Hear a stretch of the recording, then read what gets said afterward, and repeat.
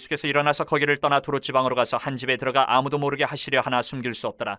이에 더러운 귀신 들린 어린 딸을 둔 한 여자가 예수의 소문을 듣고 곧 와서 그 발 아래 엎드리니 그 여자는 헬라인이요 수로보니게 족속이라. 자기 딸에게서 귀신 쫓아내 주시기를 간구하거늘 예수께서 이르시되 자녀로 먼저 배불리 먹게 할지니 자녀의 떡을 취하여 개들에게 던짐이 마땅치 아니하니라. 여자가 대답하여 이르되 주여 올소이다마는 상 아래 개들도 아이들이 먹던 부스러기를 먹나이다. 예수께서 이르시되 이 말을 하였으니 돌아가라. 귀신이 네 딸에게서 나갔느니라 하시매 여자가 집에 돌아가 본즉 아이가 침상에 누웠고 귀신이 나갔더라.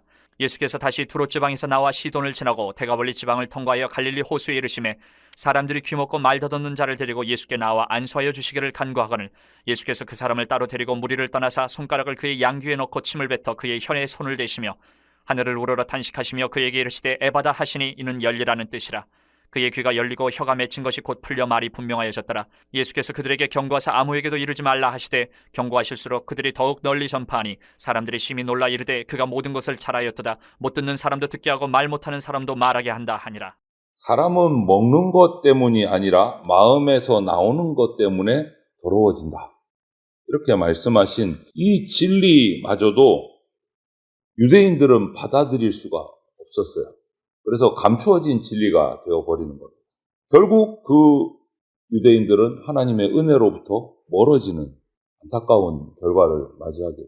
그러면 유대인들이 하나님의 은혜를 누리지 못한다면 과연 누가 그러면 그 은혜를 받을 수 있을까?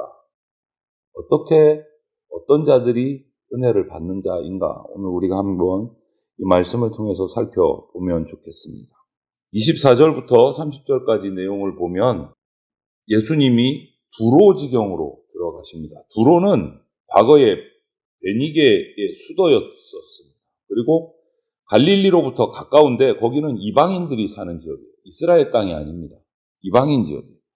예수님은 바리새인이나 서기관들을 피해서 좀 잠시 휴식하고 싶으셨던 것 같아요. 숨으셨어요. 오늘 보니까 아무도 모르게 하려 이렇게 하신다. 좀 한숨 돌리기를 원하셨던 것 같아요. 그래서 이방 지역으로 왔어요. 그런데 예수님에 대한 그 소문이 이제 이스라엘 이 땅뿐 아니라 이방 지역까지 가까운 이방 지역까지 퍼져 있었던 것 같아요. 한 여인이 예수님을 찾아와서 자기 딸에게 귀신이 들렸는데 이 귀신을 좀 내쫓아달라 간구를 합니다. 이 여인은 이방 여인이에요.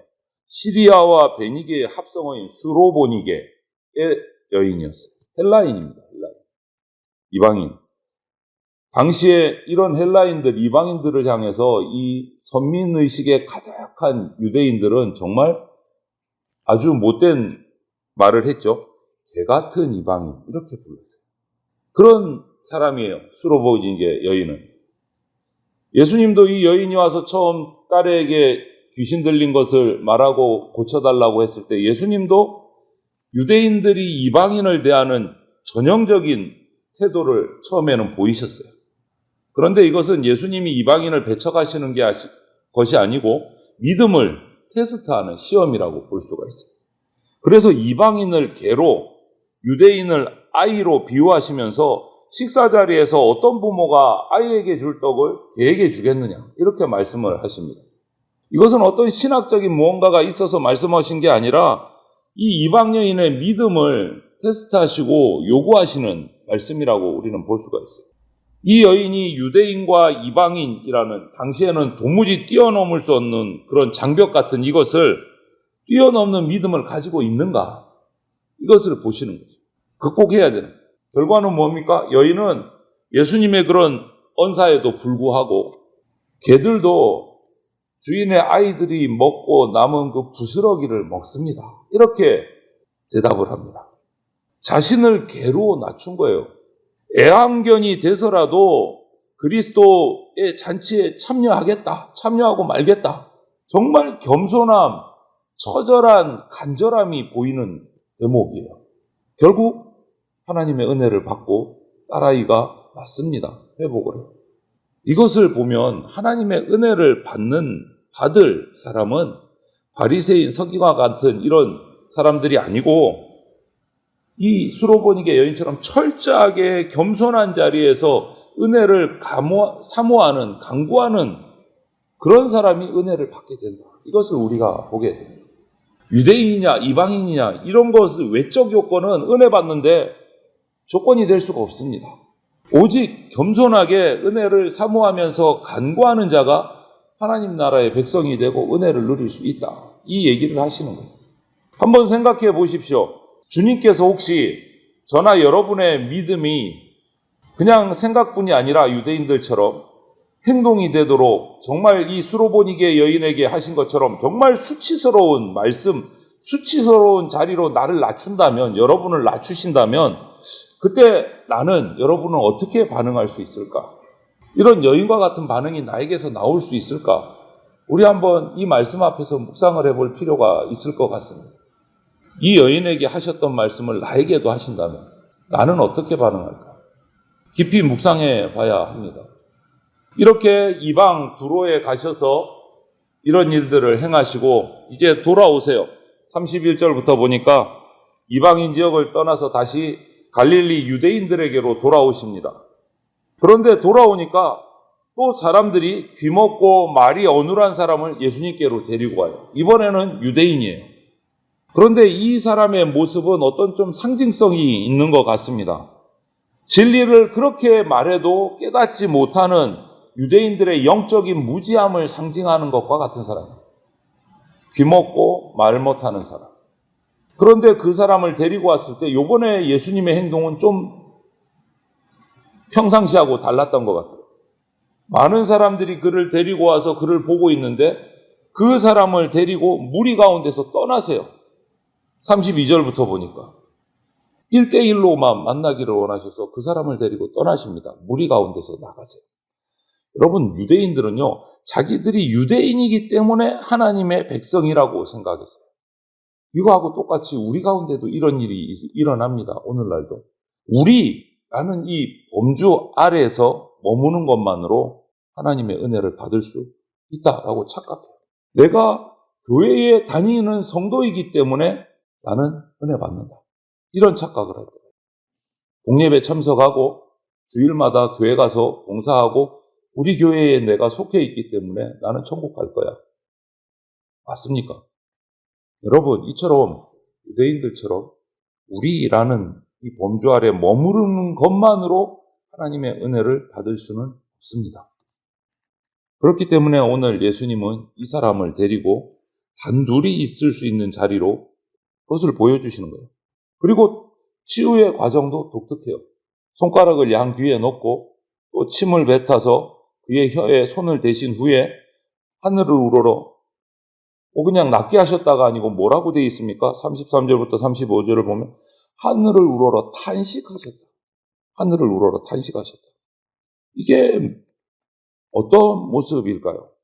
하늘을 우러러 탄식하셨다. 무슨 말이죠? 평상시에는 이런 탄식하셨다 이런 말이 없었어요. 조금 전에 수로보니게 여인의 딸을 고치실 때도 그런 말 없었어요. 탄식이란 말은 결코 그렇게 긍정적이지 않잖아요. 뭔가 안타까움이 있을 때, 답답함이 있을 때, 괴로움이 있을 때 탄식하셔야 돼요. 그런데 오늘 이 사람을 앞에 두고 탄식하셨다. 유대인의 영적인 무지에 대해서 정말 심각하게 생각하셨다. 그러면서 하신 말이 뭡니까? 에바다. 에바다의 뜻이 뭐라고 되어 있습니까? 열리다. 귀가 열리고 입이 열리고 하나님의 말씀 앞에서 은혜 앞에 닫혀있던 그들의 상태를 얘기하시는 것 같아요. 에바다. 열리다. 유대인들의 상태. 하나님이 유대인들에게 은혜를 주시지 않기 때문에 은혜를 받지 못한 게 아니라 누구보다도 은혜를 많이 베푸셨어요. 그런데 유대인들이 닫혀 있었기 때문에 그 은혜를 누릴 수가 없었어요. 열리라. 이 말 한마디 에바다라는 말에 그런 영적인 의미가 있는 거예요.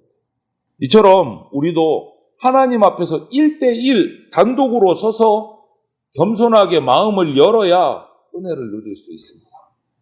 그냥 우리 사이에 대충 끼어 있는다고 은혜를 자동으로 받아지는 것이 아니다. 그리고 이후에 무리들에게 아무 말도 하지 말라라고 했는데 명령을 어기고 또 소문을 퍼뜨리는 모습을 보면서도 그들이 얼마나 무지한가, 하나님 말씀을 가볍게 여기는가를 볼 수가 있어요. 여러분, 우리가 우리라는 이 공동체 안에 있는 것이 힘이 되고 위로가 되고 서로 격려가 되는 장점들이 있어요. 그래서 교회 공동체를 만드셨어요. 교회 공동체를 세우셨습니다. 하지만 그 우리라는 공동체 안에 끼어 있는 것만으로 내가 개인적으로 또 다른 지체들이 받는 은혜들, 그 간증들을 들으면서 나도 은혜 받는다? 그렇지는 않다. 동기부여는 돼요. 간증을 듣고 공동체 안에서 다른 지체들이 행하는 모습을 보면서 위로가 되고 힘이 되고 격려를 받습니다. 하지만 그것이 내게 온 은혜는 아니다. 냉정하게. 그러면 어떻게 해야 되나? 우리가 각자가 1대1로 하나님 앞에 만나서 하나님 앞에 엎드려서 겸손하게 간구할 때 우리는 은혜를 누리게 됩니다. 진지하게 점검을 해야 됩니다. 나는 하나님 앞에 1대1로 서서 주님 앞에 엎드리는 시간이 있는가? 그냥 내가 교회 매주 나가고 새벽 예배도 나가고 수요 예배도 나가고 우리들 사이에 내가 있으니까 나는 은혜 받는 사람이야. 이렇게 착각하면서 살아가고 있지는 않는가? 우리 냉정하게 살필 필요가 있습니다. 유대인들은 이 우리라는 이 정체성 안에 하나님의 백성이다. 우리는 하나님의 백성이야. 이 정체성 안에서 그냥 안주를 해가지고 마음 놓고 나는 그래서 은혜 받는 거야. 이렇게 착각하고 있었어요. 유대인들. 나는 유대인이기 때문에 축복받고 은혜 받는다. 하지만 하나님의 은혜는 수로보니게 여인 같은 홀로 있는 이방인들에게, 철저하게 엎드리는 이방인에게, 또 그 우리라는 틀을 벗어나서 홀로 주님 앞에 선 자에게 그 은혜가 임했어요. 귀신 들린 딸, 이방인, 여자라는 이 신분은요, 유대인들의 관점에서 보면 정말 대면하기조차 힘든 출신의 성분이에요. 하지만 예수님은 그럼에도 불구하고 그 여인을 배척하지 않으시고 대면하시고 회복시켜 주세요. 이거는 유대인들이 알면 또 조롱거리가 되고 이 흠잡을 거리가 되는 거지만 예수님 안에 치유가 있음을 믿고 겸손하게 나와서 엎드린 그 여인이야말로 예수님 입장에서는 정말 정결한 하나님의 백성이기 때문에 그의 간구에 응답해 주신 겁니다. 여러분, 우리 기억합시다. 오늘 말씀에서 중요한 것은 겸손하게 간절하게 하나님 앞에 마음을 열고 은혜를 간구해야 돼요. 그것이 은혜 받는 자의 모습입니다. 우리 각자에게 함께 모여서 예배하고 찬양하고 힘을 얻고 우리가 서로 격려하고 해야 되지만, 그러면서도 1대1 하나님 앞에 내가 단독으로 서서 내 마음을 토로하고 하나님 앞에 간구하는 그런 삶을 우리가 살아갈 필요가 있습니다. 내게 그러한 시간들, 그러한 모습들이 있는지 점검하고 없다면 세워가는 그런 우리 성도들이 다 되시기를 주님의 이름으로 축원을 드립니다. 아멘.